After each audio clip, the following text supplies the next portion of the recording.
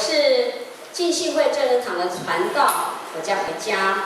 我今天仅代表有光协会，就是基督教有光协会，我们来这里，跟大家一起来敬拜神，来到这里一起来向神来学习，也向诸位的弟兄姐妹来学习。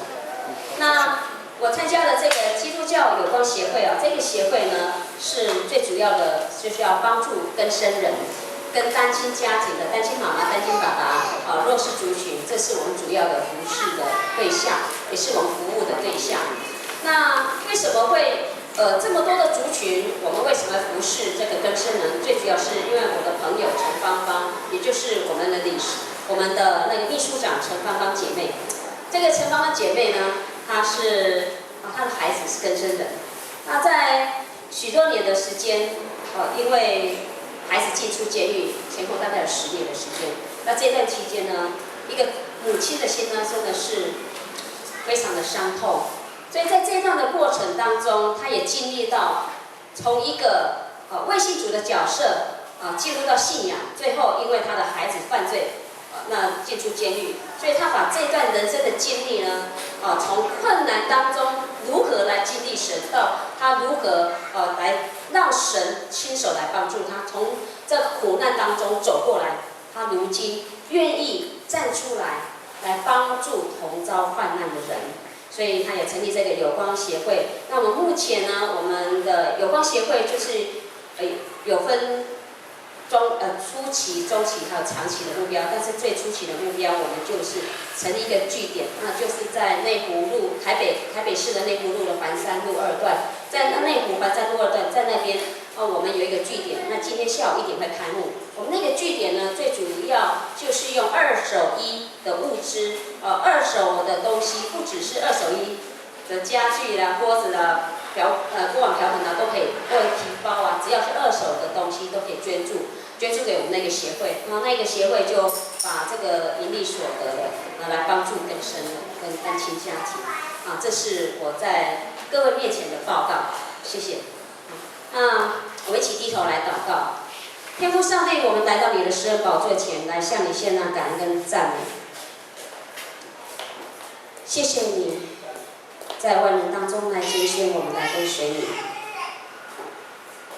谢谢你带领我们还没认识你的时候，我们常常遭遇到困难，我们不知道向谁求助，也不知道如何去求助，我们的心忐忑不安。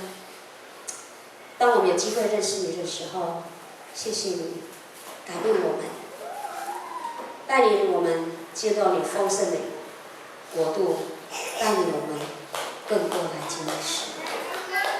谢谢神，今天用你的爱来触摸我们的心，帮助我们有一颗怜悯人的心。当别人有困难、有患难，当别人无帮助、别无拯救的时候，主，你要用你的光照耀这个人生命当中的黑暗，带领他离开黑暗，进入到你的光明。谢谢你帮助我们，让我们也可以饶恕人。当别人得罪我们的时候，我们要饶恕人，真的非常的困难。我们也常常左右为难，我们也常常想要定人的罪。但是当我们犯错的时候，我们却非常的期待别人赦免我们的罪，饶恕我们。就是帮助我们有一颗宽容的心。无论得时不得时，我们走在一条合神心意的道路，是走在一条你所喜悦的道路。因为我们是你儿女，我们要来亲近你，我们要引人来归向你。祷告奉耶稣基督的名，阿门。我今天要讲的题目是怜悯与饶恕。怜悯与饶恕，这是记载在以弗所书的4章17节到32节。以弗所书4章的17节到32节。这个总共是分成3段。第一段的内容是怜悯人的软弱，怜悯人的软弱。在我们的生活当中，我们要去怜悯人。非常困难，除非你先被怜悯。如果你没有先被神怜悯，你不可能怜悯人，因为怜悯是从神而来。在我们的圣经的记载里面，有许多的篇幅都教导我们要如何去怜悯人，如何去宽容人，如何去赦免人的罪。但是这些的如何去怜悯人，如何去赦免人的罪，我们真实的做到了吗？我们真实的跟别人相处的时候，以怜悯的心为念吗？求神帮助我们。当神的爱来改变我们的时候，求神就带领我们离开黑暗，进入到光明，是进入到神恩典的国度。若是我们没有办法这样做到的时候，我们常常会来定别人的罪，我们也定自己的罪。我们不但不能原谅别人，我们也无法原谅自己。在委身的道路当中，认识自己是一件非常非常困难的一件事情。我们对自己都认识不清，认识别人更是困难。所以当我们在跟别人萍水相逢或者短暂接触的时候，我们看到别人有些过犯，有些错误，有些让我们不舒服的，你就很容易想去指责他，想去定他的罪。但是我们不清楚，审判是从神而来。我们没有任何一个人有任何的资格去定任何一个人的罪。如果神要让我们定人的罪，那当初神就会让我们吃善恶树上的果子了，因为那善恶树上的果子就是审判，就是定罪。我们不能定任何一个人的罪，我没有办法定我自己的罪，我没有办法定别人的罪。但是呢，我们常常是最容易做的就是定别人的罪。当别人做事让我不舒服的时候，当我觉得他讲的话让我颜面扫地的时候，当他讲的话得罪我的时候，当他的话刺伤我的心的时候，我到底是要怜悯这个人，还是要指责他，还是要饶恕他？求神的帮助我们。当我们愿意全然被上帝翻转，全然愿意被上帝改变的时候，我们清楚的知道，我们的生命不再是我这个老我活在这个生命当中，乃是神已经来改变我。神赐给我一个宽容的心，神赐给我一个喜乐的心，神赐给我一个有耐心的心，知道当别人有过犯了，当别人的话刺伤我的，当我受不了不舒服的时候，我不是从里面激发怒气来抵抗他，与他为敌，我乃是要来到神的面前，求主帮助我，扶持我，能够赦免对方的罪。当我愿意赦免他的罪，就是我有一颗怜悯人的心，我才愿意赦免他的罪。如果我没有一颗怜悯人的心，我不愿意宽容他的过犯，我就没有办法来赦免他的罪。求神来帮助我们，扶持我们，带领我们在主的面前，我们全然学习。我们要学像基督，就是要按着神的心意来学习。那我们在今天的学习里面，我们清楚的知道，我们必须改变。我不知道你信耶稣到底已经有多久，到底是几个月、几年，还是几十年？想想我们的老我跟我的新我，到底时常纠结在一起，还是我的老我跟新我每天在征战？还是我常常就看到那些旧的，我就把旧的忘记，因为新的我每天都在重生。我们求神的引导带领我们，在马太福音的9章35节到36节提到，耶稣走遍各城各乡，在会堂里教训人，宣讲天国的福音，医治各样的病症。他看见许多的人，就怜悯他们，因为他们困苦流离，如同羊没有牧人一般。于是对他们说，要收的庄稼多，做工的人少。为什么神要来透过他的独生爱子要来传讲这段的话语？耶稣走遍各城各乡，就是耶稣到处都宣讲上帝国的福音。当他在宣讲上帝国的福音的时候，有一个很重要的，就是耶稣基督要进行一个医治的工作。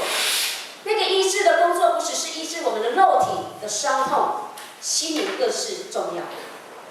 当我们的心灵不健康的时候，我们看待事情的角度、心情、做法绝对是不一样。不是牵涉到我们的知识程度，不是牵涉到我们有多少的高能力，或者是我们有多少的超能力，乃是我们今天透过神来教导我们、来医治我们的时候，我们心灵被神的来高抹、来医治的时候，我们被改变了。人犯错，那个错卡在心里，那个错可能卡着你很久，所以圣经的教导要很久忍耐。所以我们今天卡在你心里的那个痛、那个伤痕，是否还在你心里呢？从小我们成长的过程当中，我们有许许多多的困难问题，也跟许多人的交往互动，对不同的罪、不同的痛掺累到你的心中。究竟这些的痛，你已经蒙医治了吗？你信主多久？有多久被医治？求神来帮助我们。如果我们的心没有办法被神来医治，我们的心就没有办法来怜悯人，我们也没有饶恕人，因为我们根本不认识我自己。求神来带领我们，我们也常常陷在这种软弱当中。求神今天来帮助我们，扶持我们，让我们存怜悯的心，彼此饶恕。存怜悯的心，彼此饶恕，我们才能够走在合神心的道路当中。我们来看今天的内容3段，第一段是怜悯人的软弱，怜悯人的软弱，这是记载在17节到24节，17节到24节。在这里最主要的告诉我们有3种人，这3种人呢，第一种是外邦人，外邦人呢存虚妄的心行事。这外邦人呢，存虚妄的心行事，这是在17节所记载的。我们在每天的生活当中，有什么事情是让我们存虚妄的心来行事？那些虚妄的心事，我们高举自己，高举自己的情绪，高举自己的感觉，高举自己过去的经验，高举自己的学习能力，不是高举基督。如果我们的生命因着信靠耶稣基督，我们也受洗归入主的名下，我们生命真实的被神改变，这些虚妄的心就不会存在我们心里。我每一件事情临到我们身上的时候，无论是处丰盛、处卑贱，谁是谁在，我们得了秘诀。这秘诀是我们要全然的降服在神的权柄之下。当我们存着这种虚妄的心的时候，我们就来告诉神：主啊，这个人讲的话让我受伤，这个说的话定罪我，这个人做的事情让我很想发怒，但是恳求神你来帮助我、扶持我。你明白，我就是这样一个人，我就是这样爱生气，我就是这样一个没有办法饶恕人。当人的话一讲出来的时候，我的心就受伤了，我的心就消化了，我的心就没有办法跟他好好的相处，好好的谈。那这样子的情形下，我所做的就像那个外邦人一样，那个未信着主的人一样，那个不在神国度的人一样，我就在当时行你所不喜悦的事。我的外在所行为出来的，别人看得到，但是我的内心的愤怒、内心的不舒服、内心的伤痛，谁看得到呢？唯有神的光可以照耀我生命当中的黑暗，我才能够离开黑暗，进入神的光明。若是神的光没有照亮我的生命，或者是说神的光照亮我的生命，我不愿意去被改变。我认为是我不是属神的儿女，但是我却口口号称有神，我却常常说：哎呀，我礼拜天都到教会聚会啊，我常常读圣经啊，常常祷告啊。但是请问啊，我们祷告的内容祷告到哪里去了？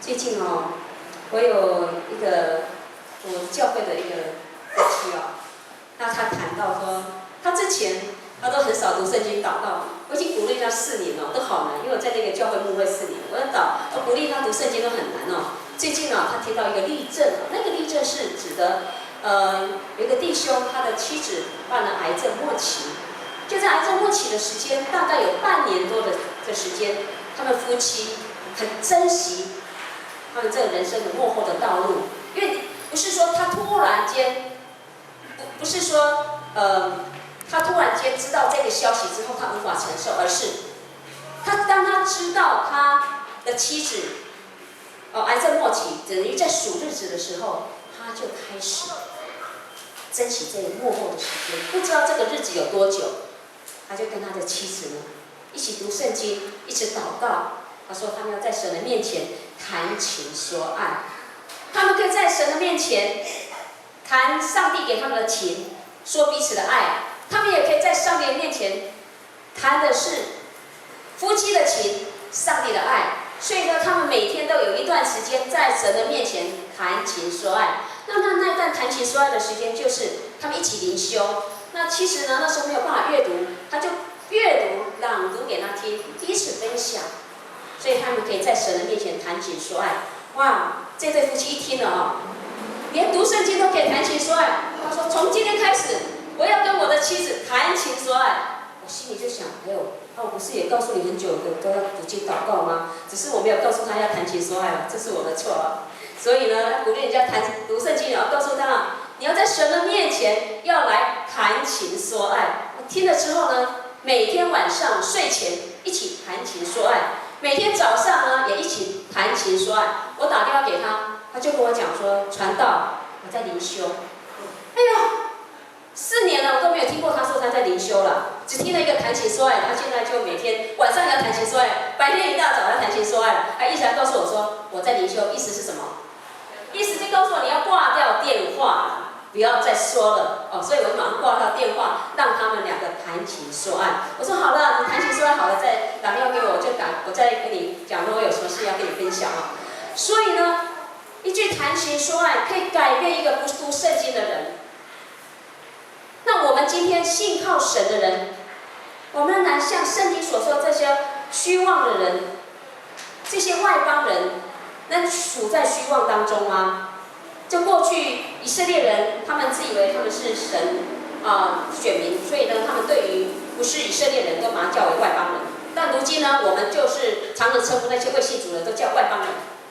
当我们愿意来接纳对方的时候，我们会说他是我的弟兄，他是我的姐妹。但是你还没接纳他的时候，你就说他是安息瓦邦人，他是外邦人，你就没有把他接纳为他跟你是上帝国的子民，跟你是一家人，你就不会把他接纳他是你的肢体。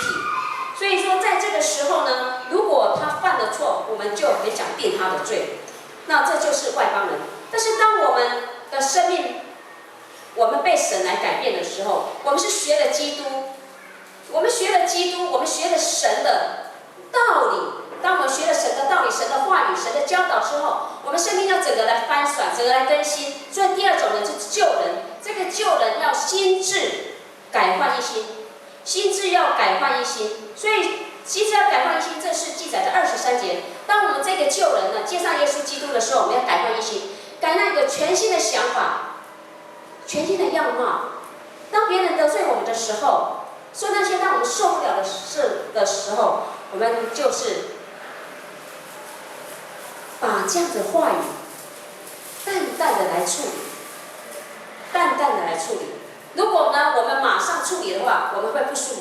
但是呢，如果我们把它淡淡的处理的话，我们可能就是不会马上怒气就发出来，我们可能不会马上反弹，我们可能不会马上就定对方的罪，我们乃是接纳对方，因为他跟我一样是罪人，是透过耶稣基督的宝血拯救，才能改变我们。所以求神来带领我们，让我们心智能够更换一新，是因为我们学了耶稣，我们学了耶稣的道理，我们生命才能够改变。否则呢，我们出去人家说，你是基督徒安呢，这样就很丢脸了。好，第3个就是新人，新人是按照神的形象所造，是在24节。我们平常不太会讲新人救人，只有在结婚的时候才讲说这对是新人。新人的父亲，这新人的母亲，为什么我们平常明明是我跟我的对象，我们一起每天都跟大家见面，那人家就叫我名字，那也叫他的名字，但是从来呢没有人叫我是新人。那为什么结婚那一天，大家都说这个新人的爸爸是新人妈妈，这一对新人，是因为从那天开始，我们要走在一条合神心意的道路，是因为神创造人类的时候是造男造女，所以从那一天要进入一个新的国度、新的领域、新的家庭。我们离开旧的家庭，进入到新的家庭。当我们进入到新的家庭的时候，我们是新的才刚进入的，所以这一对是新人，要进入到这新的家庭。进入到这个新的家庭的时候，有一个全新的学习。可能你刚初恋爱的时候，你可能很了解你认为你很了解你的丈夫、你的妻子，但是呢，当你结婚下去，你才发现，哇，他怎么是这个样子啊？哇！当你不断的哇的时候，你有没有想到别人也是对你怎么这样怎么这样怎么这样？所以求神来帮助我们，我们不要拿着放大镜来看别人过犯，我们乃是拿放大镜来检视自己。但是呢，我们在神的面前呢，我们常常存宽容的心，我们改变了。我们是按照神的心象改变的，我们是一个新的人。新的人要有新的想法、新的意念、新的思想、新的目标、新的做事方法、新的讲话方式，全然是新的。所以说，从那天开始，叫那个男的就不是在叫他的名字，老公，叫老婆，这是新的称呼啊。过去的叫他名字啊，那也可以有不同的说法，也可以叫他看气味、安哎，然后都可以不同的说法。所以这个新的身份。是神赐给我们的，所以求神来帮助我们，让我们清楚的知道，神带领我们每天有新的学习、新的改变，不是只等到我结婚那一天我才叫做新人，乃是在每一天，当神的话语更新我的生命的时候，我就要快跑的跟随他，我的生命要经历神丰盛的改变，我要被神的来得着。在这个时候，我自己的软弱。才愿意沉迷在神的面前。主啊，我就是这样子，一个爱发脾气的人，一个信心不足的人，我就是这样一个不能饶恕人的人。我要先对付自己的软弱，我才能够有一个宽容的心来怜悯别人的软弱。否则呢，我常常想到别人的不足，我就己发会，就不会说，哎呀，感谢赞美主，他真的很可爱。对，所以求神来帮助我们，让我们在神的面前，我们来学习。当我们愿意这样学习的时候，我们相信神的真理、仁义、圣洁就会充满在我们生命里面，因为我们已经学像基督了。我们看第二段的内容。第二段的内容就是怜悯人的错误，这是记载在25节到29节。当我们来到神的面前，我们要全然怎样被神改变？到底我自己的个性里面，哪些软弱是常常辖制着我，常常牵引着我，常常让我陷在那个软弱当中不可自拔？求神来帮助我们。现在每个人都稍微静下心来想想，到底在我的生命里面，有哪一件事情我一直耿耿于怀？有哪一件事情我一直想要定我的罪？有哪一个想法，我就自己觉得我超厉害的，别人都不足。我没有常常是高举自己，不是高举基督。求神来帮助我们，帮助我们在主里面，我们有一个新的学习。当我们有一个新的学习的时候，我们就愿意全然被改变。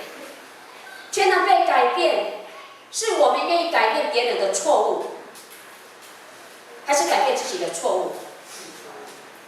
当然是改变自己的错误啊！别人有错误，我是怜悯他、饶恕他，但是我要改变是我自己的错误。当我自己的错误我自己胜不过的时候，如果有人愿意向我诉说我的缺点、我的软弱的时候，通常呢，就是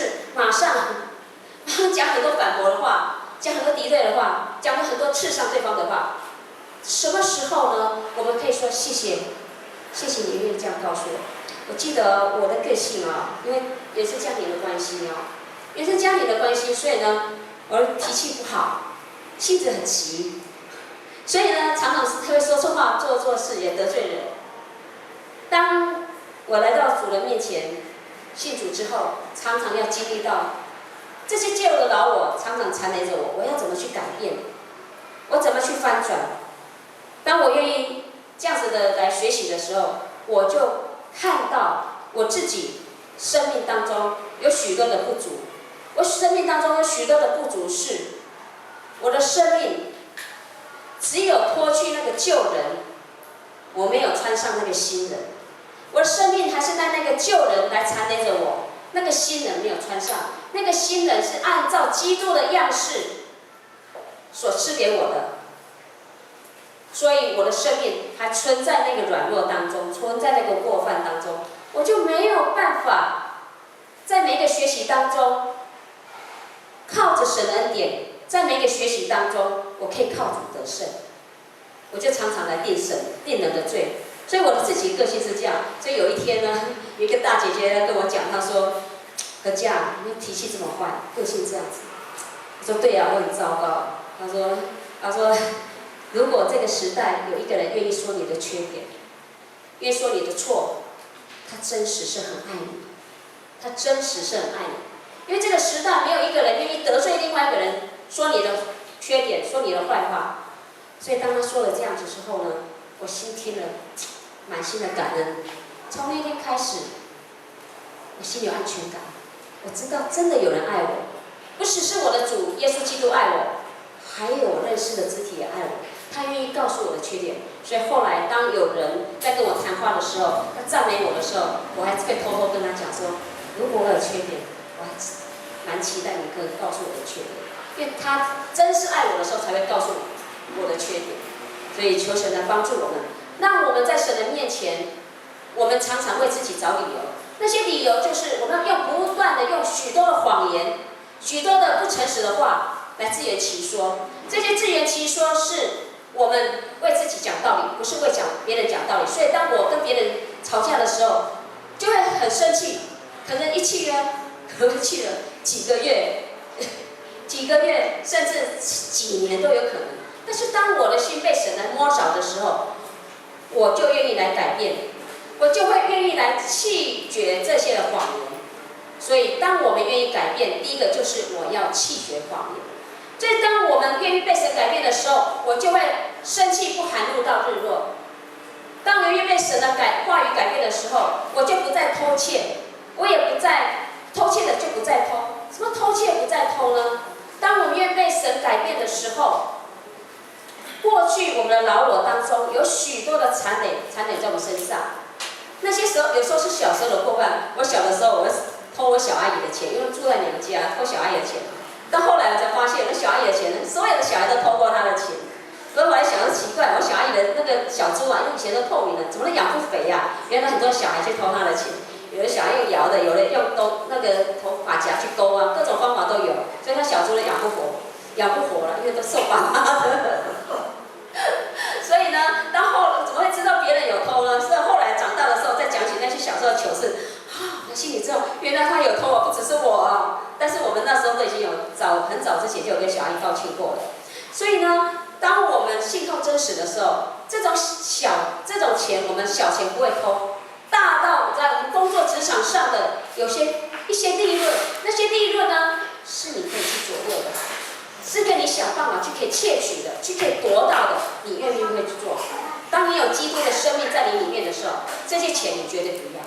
再多的钱，没有办法收买我一个诚实的心。求神来帮助我们，带领我们。所以在第三个就是偷窃的不要再偷。第四个就是污秽的言语一句不可出口，这是在29节。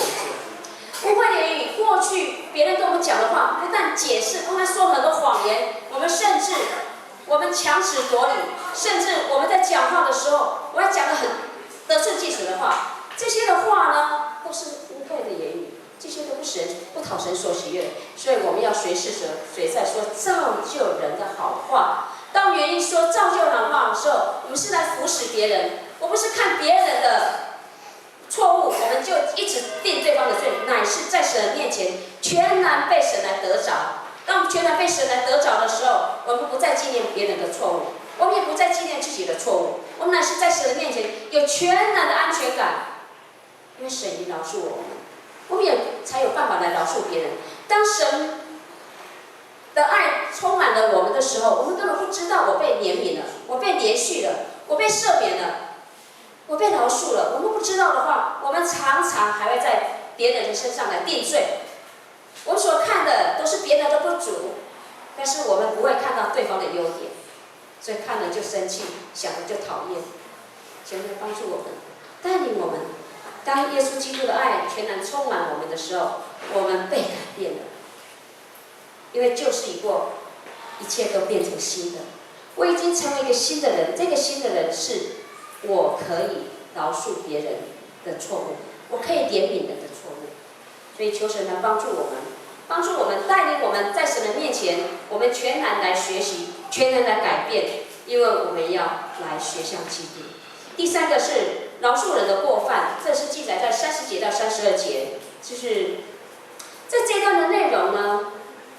就是最主要告诉我们的是，我们所言所行不要让圣灵来担忧。我们所言所行不让圣灵来担忧，也如同我们所言所行不要让我们的父母来担忧，因为我们已经是成人了。我们如果在主里面信主多年，我的生命仍然像婴孩一样，我仍然是有很多的旧的残累在我身上，我不愿意改变。就算你说你今年已经信主30年、40年、50年，可能别人的看法，属灵方面可能只有5岁、6岁。像我自己大部分的时间我信主以来，我大概有将近30年都在教儿童主日学，所以呢，我的心智年龄真的才15、6岁、17、18岁。所以呢，小朋友如果问我几岁，我就说10、18，他就算10、18。老师你48岁，我就说对呀，你怎么那么老啊？我说不对哦，10、18，我说可能68，他说好年轻哦。所以呢，小孩呢跟我们在相处的时候，我自己的心念就像小孩一样，所以呢，我都很诚实的告诉别人我很幼稚哦。所以呢，但是这个是跟小孩相处。但是我们的生命不能一直停留在这小孩的样子。当我们信了耶稣之后，我们要全然来改变。当我们全然的改变，我们才会成为一个大人。我们才不再是吃软饭，我们可以吃硬的饭。我们不是在捡现成的，我们乃是可以去付出，可以改变。我们不是来到教会，我需要别人来服侍我，需要别人来关心我，乃是可以去服侍别人，可以去帮助别人，可以去付出，可以去摆上的。会鼓励弟兄姐妹。今天我早上有听到我们的师会在报告说，我们教会有些服事的事项，总共不到2个首长的人可以来登记不到2个首长的人，就是不到10个人参与这个服事我相信可能有些人很想服事，可能还没有去登记但是呢，这个情形不只是在我们林口教会在我自己的教会一样。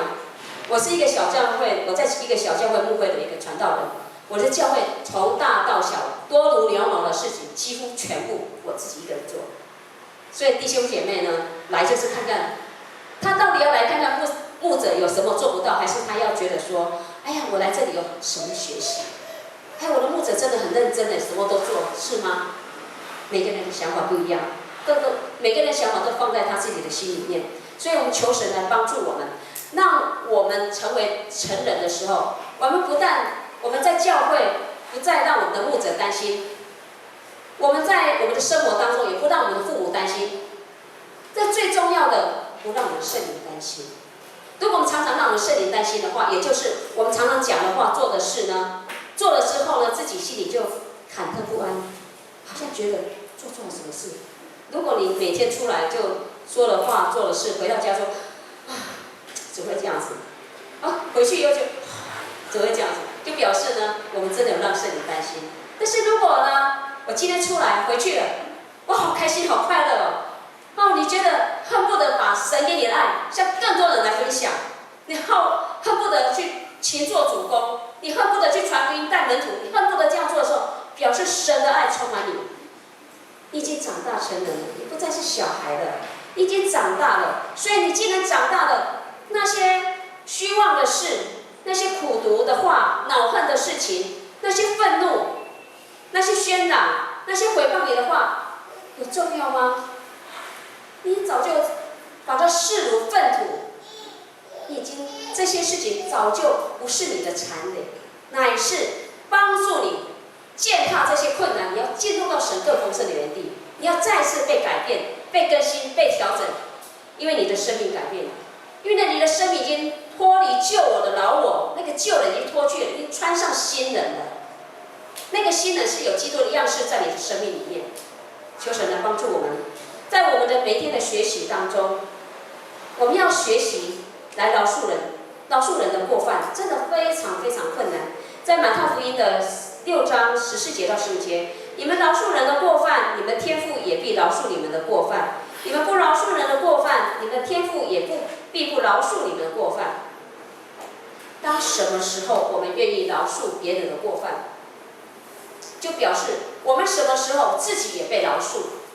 如果我自己没有先被饶恕的话，我要去饶恕别人很难。为什么？因为我心里有疙瘩，我心里有伤口，我心里有创伤，我心里有那些过不去的想法，我心里有许多的瑕疵。那些瑕疵是让我没有办法进前来到神的面前，用开心喜乐跳跃来到神的面前，领受他丰盛的恩典。求神今天来帮助我们。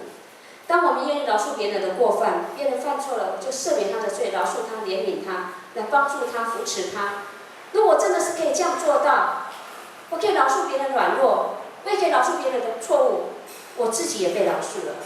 在圣经里面不是也教导我们，在马太福音的18章21节那一段的内容，也是教导我们，当有人来到耶稣面前，彼得来到耶稣面前问耶稣说：“我可以饶恕别人几次？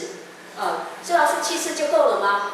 耶稣说：“饶恕77个7次。”这大家都耳熟能详的经文。饶恕70个7次，就是完全的饶恕，不管你几次就算了，每一次都饶恕，每一次饶恕，因为77个7次，你没有时间算了，你要拿一个本子来，今天给你几点、几点、明天2点、3点、4点、5点，每天只有到12点嘛，那你要记到几点？所以呢，我们就不用记了。真的每天都到12点，那我们要记别人的记70个7次，哇，那太辛苦了。所以上帝给我们的数字也没有很复杂。每天你看白天12个钟头，晚上12个钟头，大概是这样子。所以呢，你的12点就超过了。所以说，在神的面前，我们要来这样学习。但是呢，我们看到的这段内容的后面，却是有一个财主，他有仆人欠了他钱，他却是来到神的面前，来到他的主人面前，他来苦苦哀求，求他的主人说赦免他的罪，宽容他，让他这些债务都免了。他的主人真的心生怜悯，就免了他的债。但是当他出来看了欠他极少数的钱的人，就揪住他的脖子，揪住他的衣裳，把钱还来。哇，我们是不是也是这样的人啊？我希望上帝饶恕我。如果有犯错，我都希望上帝饶恕我。但是别人犯我错，你给我气化嘛，你试试看。求神来帮助我们，帮助我们在神的面前愿意被神来改变，因为我们的生命有神的印记印在我们心里。那个印记是一个永恒的记号，是将来当耶稣基督要来审判这个世界的时候，来蒙救赎的时候，我要靠着那个记号才可以蒙救赎。如果没有个记号，我是没有办法蒙救赎的。求神能帮助我们，带领我们，来扶持我们。那我们在神的面前呢，我们来学习那些过去有过犯的人，他们不再，他们有那些过错过犯的人呢，他们全然愿意被改变，所以他们若有得罪我，我就愿意来饶恕他们。所以我们要用怜悯的心、恩慈的心来对待他们，彼此相爱心来宽容他们。当我们愿意这样做的时候，我们相信基督饶恕了我，我也饶恕别人，因为我原本就先被饶恕。求神来带领我们，带领我们在神的面前有一个美好的学习，是因为我们常常来经历神，我们常常经历神的爱，就在我们的生命里面扶持我们，带领我们。求神来带领我们，在今天呢，我们一个学习就是我们要怜悯人的软弱，我们要怜悯人的错误，我们要饶恕别人的过犯。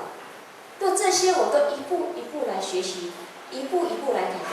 我们相信，当有一天我们到神那里的时候，我们可以带着无愧的良心说：主啊，这一切我都做到。一起低头来祷告。天父上帝，我们来到你面前来学习，来仰望你。主啊，我承认我是一个罪人，谢谢耶稣基督来改变我，更新我的生命。谢谢耶稣赦免我的罪，赦免我的错误，怜悯我的软弱，并且饶恕我这个罪人，带领我进入神恩典的国度里面。在那里，我被扶持，被鼓励，被激励。在那里，我接受到耶稣基督满满的爱，我全然被翻转，全然被更新。因为旧事已过，一切都变成新的。向神献上感恩，祷告奉耶稣的名，阿门。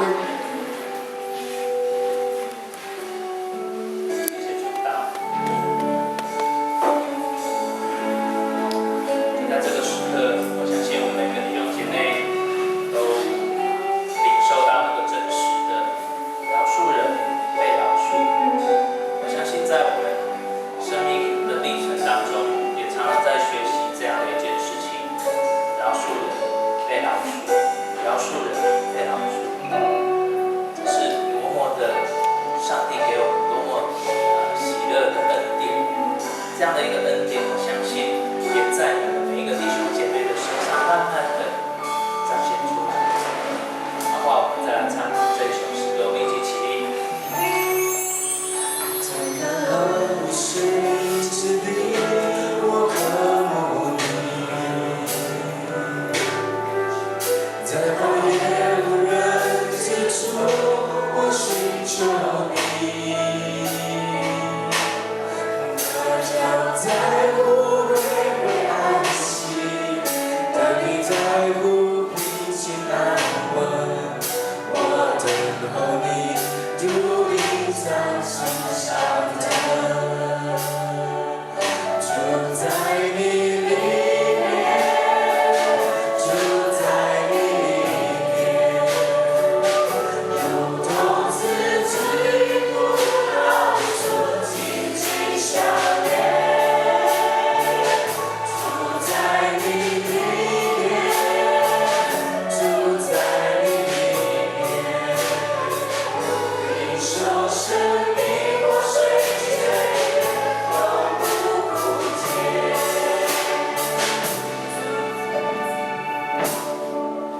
我们一起来祷告，天父，我们感谢你，你让我们每一个弟兄姐妹，我们来到你的面前，不敢隐瞒自己，因为我们都知道我们是如何的对待别人，我们也很清楚知道我们在别人的眼中是什么。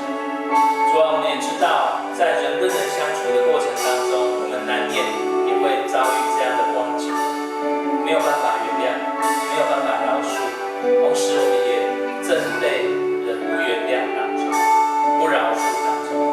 主啊，我们真的是很渴望有一天，我们都能够敞开心胸，